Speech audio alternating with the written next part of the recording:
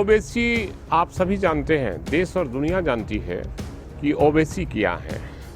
अमित शाह एक तरफ हिंदू भावनाओं को जगाने का काम करते हैं, दूसरे तरफ ये दोनों मीटिंग करते हैं रात में दिन में, जहाँ कहीं भी हो, गुप्त बैठक करके और भड़काऊ भाषण देकर लोगों का उत्तेजना पैदा करते हैं और जो सद्भावना है उसको बिगाड़ना चाहते हैं। जिस तरह से सासाराम में हुआ, जिस तरह से बिहार शरीफ में हुआ, ये मोदी जी का देन है और अमित शाह का देन है जो इस तरह का काम करवाते हैं, देश में ये दंगा फैलाने का प्रयास करते हैं। नमस्कार, आप देख रहे हैं न्यूज़ फॉर नेशन और मैं स्वाति पांडे आपके साथ।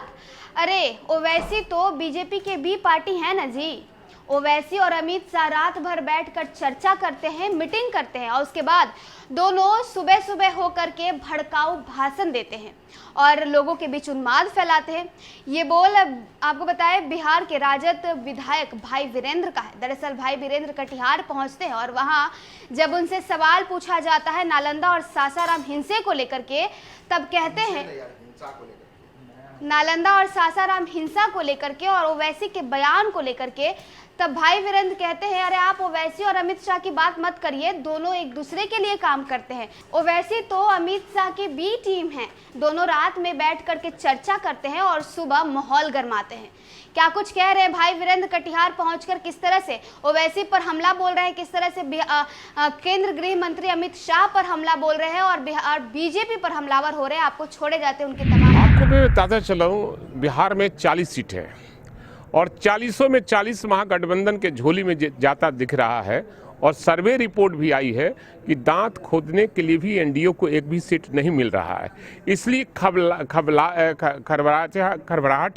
घबराहट है और इसीलिए ये जो गृह मंत्री हैं सप्ताह में 10 दिन में एक बार बिहार दौरा कर लेते हैं और यहाँ भावनाओं को जगाते हैं और यहाँ हिंदू मुसलमान का राइट करवाने का प्रयास करते हैं। जिस तरह से सासाराम में हुआ, जिस तरह से बिहार शरीफ में हुआ, ये मोदी जी का देन है और अमित शाह का देन है जो इस तरह का काम करवाते हैं, देश में ये दंगा फैलाने का प्रयास करते हैं। लेकिन बिहार की जनता तय कर चुकी है कि हम महागठबंधन के साथ हैं और देश से मोदी मुक्त और भाजपा मुक्त सरकार आगे 24 में बनेगी और सारे विरोधियों को एक मंच पर लेने का प्रयास सब लोग कर रहे हैं और कांग्रेस भी अब आगे आ गई है। इसलिए हमको नहीं लगता है कि बीजेपी को हटाने में बहुत देर लगेगी। ओवैसी आप सभी जानते हैं, देश और दुनिया जानती है कि ओवैसी क्या है। अमित शाह एक तरफ हिंदू भावनाओं को जगाने का काम करते हैं, दूसरे तरफ ये दोनों मीटिंग करते हैं रात में दिन में, जहाँ कहीं भी हो, गुप्त बैठक करके और भड़काऊ भाषण देकर लोगों का उत्तेजना पैदा करते हैं और जो सद्भावना है उसको बिगाड़ना चाहते हैं।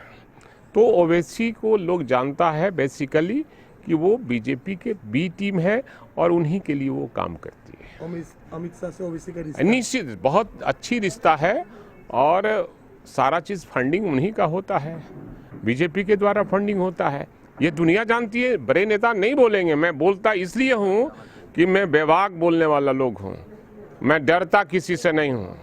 मैं एक ही आदमी से डरता हूँ जो ईश्वर है और सम्मान सबका मैं करता हूँ, गरीब हो अमीर हो, हिंदू हो मुसलमान हो, सिख हो ईसाई हो, सब हमारे भाई हैं और सबकी राजनीति मैं करता हूँ। इसलिए इन लोगों ने अपनी जान की कुर्बानी देकर इस देश को आज़ाद कराया था और आज़ाद कराने वाले लोग के साथ जिस तरह से ये लोग आपस में करवाते हैं, ये अच्छी बात नहीं है और राजनीति के लिए अच्छी बात है, लोकतंत्र के लिए खतरा है।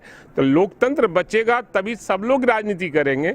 लोकतंत्र पर आज आंच आ रहा है, इसलिए हमारे जैसे लोग, बहुत से लोग हैं जो लोकतंत्र बचाने की लड़ाई लड़ रहे हैं। एमपी हैं, राज्यसभा मेंबर हैं और कहाँ जाएंगे पप्पू यादव जी। पप्पू यादव महागठबंधन के अंग बनेंगे।